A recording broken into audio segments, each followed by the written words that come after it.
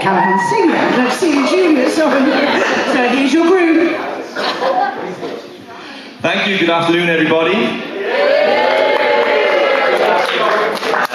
Firstly, my wife and I, we just want to thank everybody for coming today, all the families, friends and anybody else who's here today. Thanks for coming. And we do hope you have a wonderful time and really enjoy yourselves. Amy and myself, as you know, live far away and we don't always get to see each and every one of you as much as we like to. So I hope this is a good opportunity today to see you all and have a really good party tonight.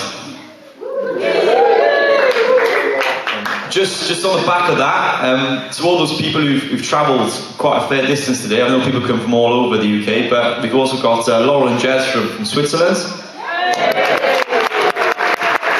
for coming. We've got Siobhan, Rodders and Leg from Australia. We've got Chris from China via Essex. We've got David, Fede, Noelia, DJ and Pau from Mexico. And all the family from Leicester as well. So thanks guys for coming. Firstly, myself today, we'd like to dearly thank Malcolm and Joy, Amy's mother and father, for those who don't know, for helping us put together this very wonderful reception today. I'm sure everyone's going to agree it's been a fantastic day so far, and it couldn't have gone any better, I think. So thank you both dearly for everything you've done.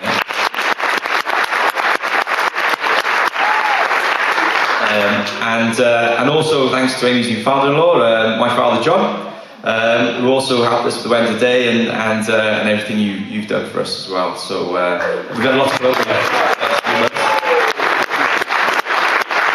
Just for an appreciation now, we have a few gifts for you all. Amy's gonna, well, your wife's gonna let them know. You're well trained already, you know. One last.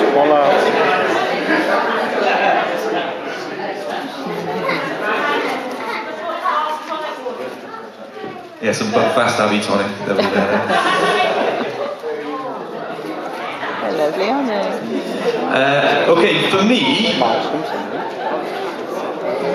I can't actually believe how lucky I am to have met Amy. And I'd also like to thank Amy's mother and father for bringing up such a wonderful person.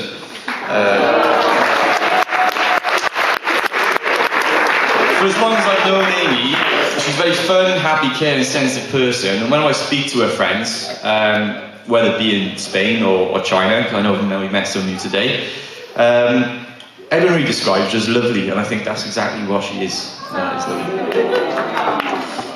So thank you, Malcolm and Joy, and I hope that in the future we can follow your guidance and bring up, hopefully some children like you've done with Amy and John. Okay, so thanks for everything you've done. Although John, I'm not too sure. For me, Malcolm, Joy and John, though, have always been extremely welcoming and shown me a lot of hospitality when I visited Leicester, and I fully appreciate all this. Made me feel very, very welcome. I particularly enjoy one of Joy's curries, which we cooked up for us, and visit to Dine India and even the Bull's Head. So I always had a nice trip down there in Counter Store. Just a typical example of some of the kindness they've shown to me was during the recent Euro 2016 football championships. Malcolm set me up on my own TV in the house to watch Wales when they beat Russia. And I felt quite bad because England playing Slovakia near the room, and I was saying, well, I think that's really terrible, wasn't it? But I just think it just goes to show, how much. He put himself out there for me there and really considerate and thoughtful. And I don't want to talk about football too much because Leicester had a cracking year this year. And for me and Amy, watching from afar, it's been really good to see all the celebrations and see the city get behind each other. So it's a shame Cardiff are going the wrong way in their football league, unfortunately. So, Next year. So yeah. I mentioned what Malcolm mentioned earlier about the proposal. So I rang Malcolm to ask his permission, and I was extremely nervous about doing it. I had no idea how to bring up the subject. So I decided to bring Malcolm again on, I think it was a Friday afternoon. It was going to be early hours in the morning, well, not early hours, maybe 6 or 7 in the morning, I think, for that. And after a bit of sort of, rambling in half Welsh, half English, I finally put up the nerve to ask for his permission to marry Amy. And, Malcolm, being a nice man he is, I think he might have sensed this. And he immediately just said, yes, no problem. And I was quite glad because I'd already bought the ring. So I was going to Bali the next day. So it was great. And then immediately, as soon as he said yes, that was the end of that conversation. And it was straight on to about how Leicester Lions did the previous weekend and what rugby fixtures were going to be on this weekend. For probably the next 10, 15 minutes. So I just like to think that this was a simple way of how both the Callahans and the Wrights will get on well together, and I'm sure there'll be plenty more similar conversations this evening when we have a party. And to my dad, I just think this is an extremely proud moment for you. I know you thought sometimes this may never actually happen. And sometimes I've driven you up the wall with my antics. But the truth is, finally your favourite child has got married.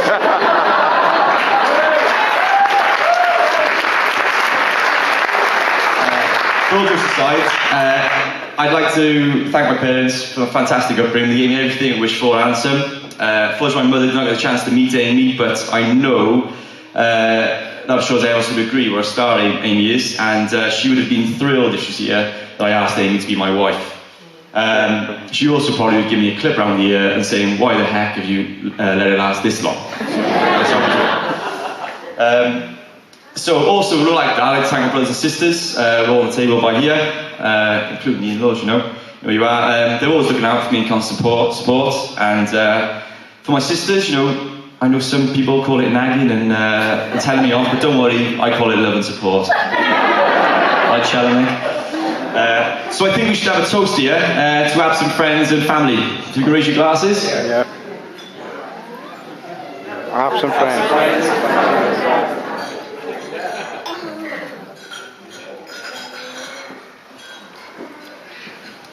Okay, so now the main star of the show is right next to me.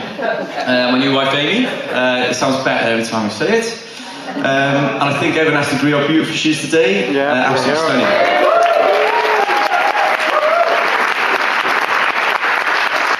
I was in the bathroom earlier, and I said to myself, I was kind of quite sunk in here, and I can't quite believe this has happened. So I'm really excited for this new chapter in our lives. Right. For those of you who don't know, I know Malcolm's touched on, and my dad has as well, about when we met. We met in December 2011, and I took a job in Spain where I eventually meet Miss Wright.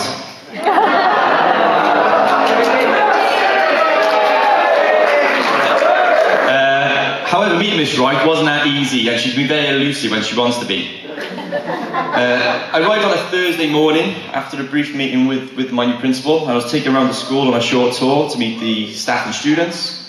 And the first classroom I was taken to was Amy's humanities room, where she was teaching a year 11 class. The door opened, and my first impression was, wow, fair play. And I wasn't even talking about the geography display on the wall. No, she actually blew me away, and actually once I left the room, I carried on the tour, and I was thinking to myself, right, next time I get in the staff room, I'm going to have a quick chat to her. But it didn't actually turn out like that. Whenever I walked around the school for the next days or weeks, I just couldn't get hold of Amy. She was up and off anywhere. She would be photocopying, getting stationery, getting textbooks, basically going anywhere where I wasn't.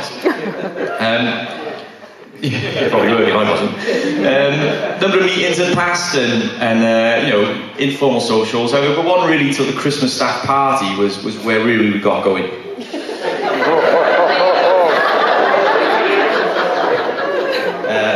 As I say, we haven't been out much before and we haven't much of a chat, but after a few drinks in a backstreet nightclub in Spain with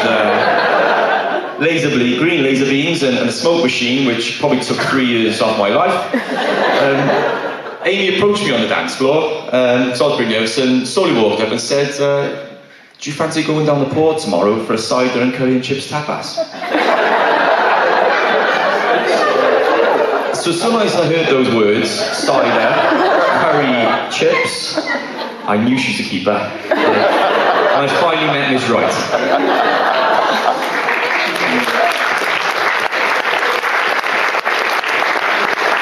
So as you can see on your tables, they all relate to places we've lived, or either individually or together.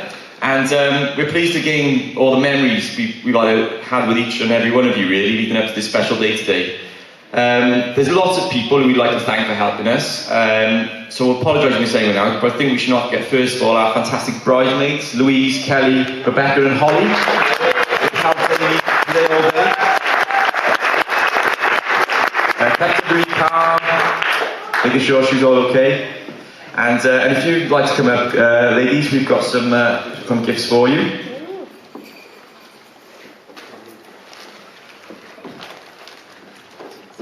And also, can we have a toast for the bridesmaids?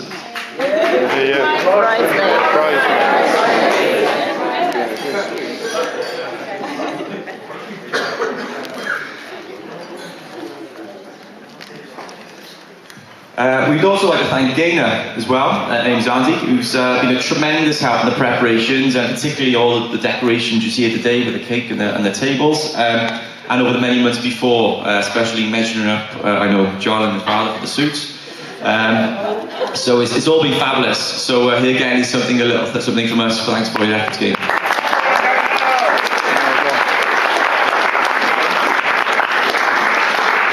We'd also like to give a special thanks to all the readers today. Amy's Uncle John, my brother, my sisters, and my nephew Reese. They did a fantastic day in the Mass. Thank you very much for that. And my two nephews, Max and John D, for doing the offertory. Fantastic, well done, boys. Also, Michelle, Nicola, my sisters, and John, Amy's brother, for helping with all the church planning and the flowers and the printing and everything else that's gone on the last few months. You've really helped us out from afar, so appreciate that. Thank you very much. To my ushers, a big thanks to Matthew, Luke, John, James, Luke, and my brother David. It sounds a bit like the Gospels. Thanks very much. I won't go into their nicknames, because you might be scared by them, and some of them are a lot worse than mine.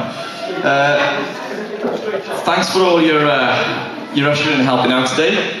I think a lot of you got a bit confused in the church. Some of you thought it was an interview to be a nightclub bouncer. Maybe soda bar can give you a few hours tonight, and I'm sure Jamie was playing Pokemon Go at one point. But yeah, I apologise for anyone else out there who thought this was a Crime Stoppers lineup.